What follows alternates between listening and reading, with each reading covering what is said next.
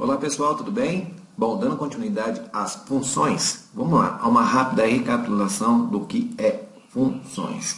As funções, elas nada mais são do que um conjunto de operações pré-definidas que utilizam um ou mais argumentos e retornam a um determinado resultado. Como a estrutura das funções ela está pronta para ser utilizada, elas acabam sendo dos recursos mais utilizados nas fórmulas.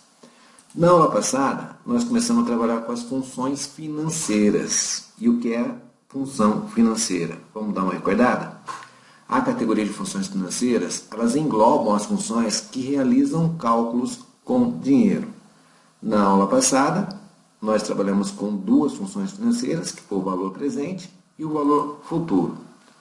Hoje, nós vamos aprender a trabalhar com a função taxa. Mas vamos lá à descrição. O que faz a função taxa? A função taxa ela retorna a taxa de juros por período de uma anuidade. A taxa ela é calculada por interação e pode ter zero ou mais soluções. Vamos lá. Antes da gente colocar em prática e ver a funcionalidade na planilha, vamos entender a síntese. A síntese da função taxa. NPR, PGTO, valor presente, valor futuro, tipo e suposição são elementos opcionais. Recapitulando o que é o NPR, ele é um elemento obrigatório, é um número total de períodos de pagamento de uma anuidade. PGTO também é um elemento obrigatório na função taxa, é o pagamento feito em cada período e não pode mudar durante a vigência da anuidade. VP, valor presente, também é um elemento obrigatório, o valor presente, que é o valor total, que corresponde ao valor atual de uma série de pagamentos futuros. E o valor futuro, ele é opcional, é o saldo que você deseja obter depois de um determinado período, geralmente no último pagamento. Tá ok? Exemplo, para ficar mais prático, vamos a um exemplo e presumir que nós tenhamos, vamos lá, que você tenha feito um empréstimo de R$8.000 e você pretende pagá-lo em 4 anos. Qual que é a finalidade? Nós desejamos calcular o quanto é a taxa aplicada mensalmente ou anualmente. Vamos lá, dar uma recapitulada que eu não fui muito claro. Vamos presumir que você tenha feito um empréstimo de R$8.000. Você negociou com a sua instituição financeira e vai pagá-lo em 4 anos. E deseja calcular, e essa é a finalidade da função taxa, quanto é a taxa aplicada mensalmente ou anualmente. Então vamos lá? Na prática vamos ver como que isso funciona.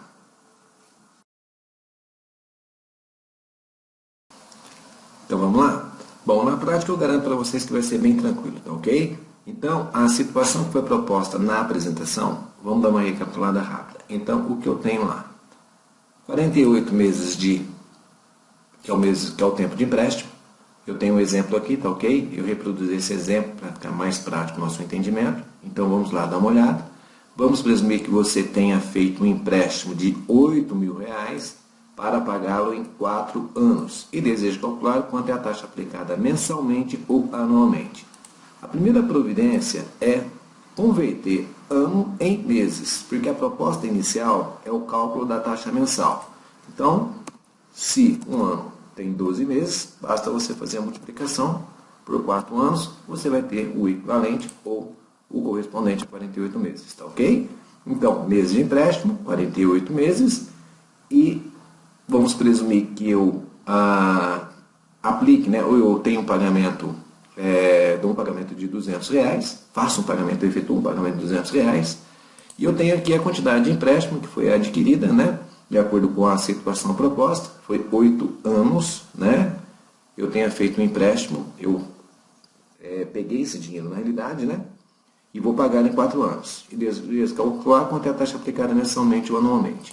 Esses R$200 com sinal negativo, interprete da seguinte forma: é o que você está pagando, obviamente, para que você possa liquidar essa tua conta, que foi um empréstimo que você adquiriu da instituição financeira, tudo bem?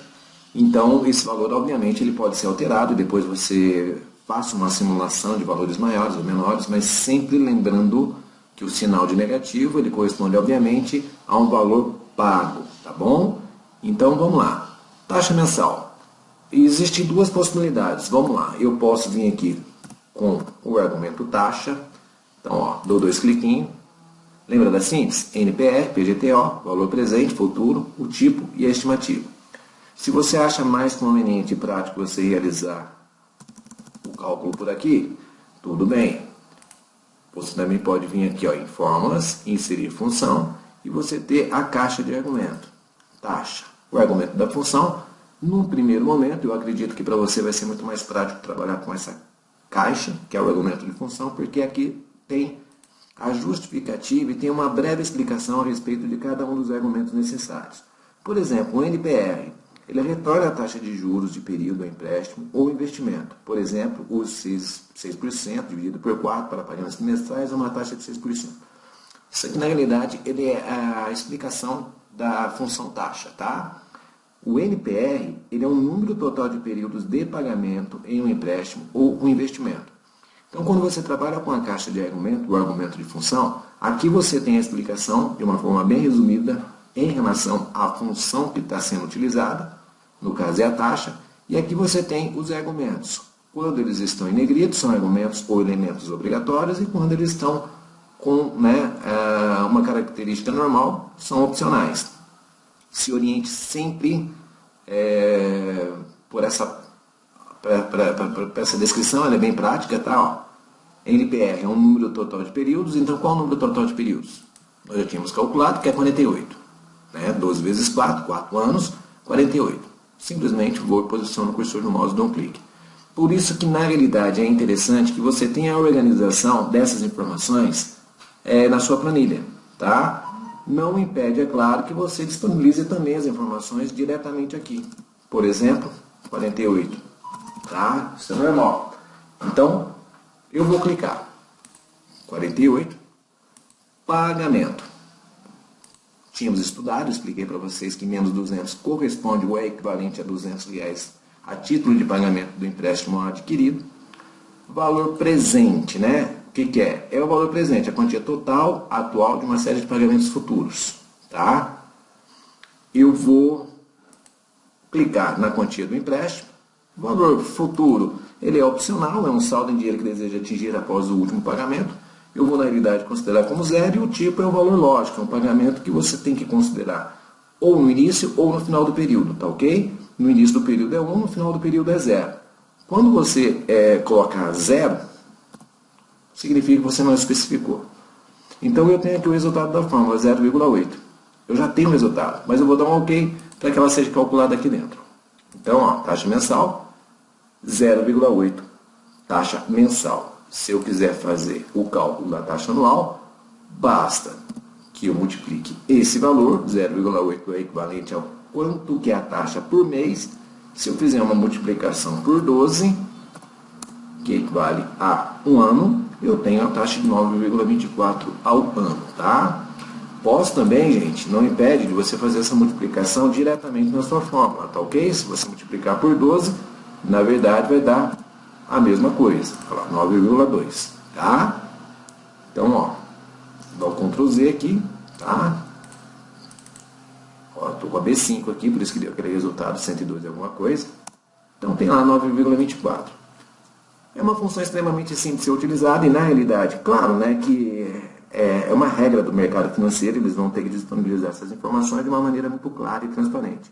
Mas é sempre importante a gente saber calcular também a taxa, ou equivalente ao quanto a gente se compromete, em termos, obviamente, né, de taxa, a pagar uma instituição, um banco ou qualquer coisa nesse sentido. Espero que tenha gostado, coloque em prática, até a próxima aula, ou até a próxima função.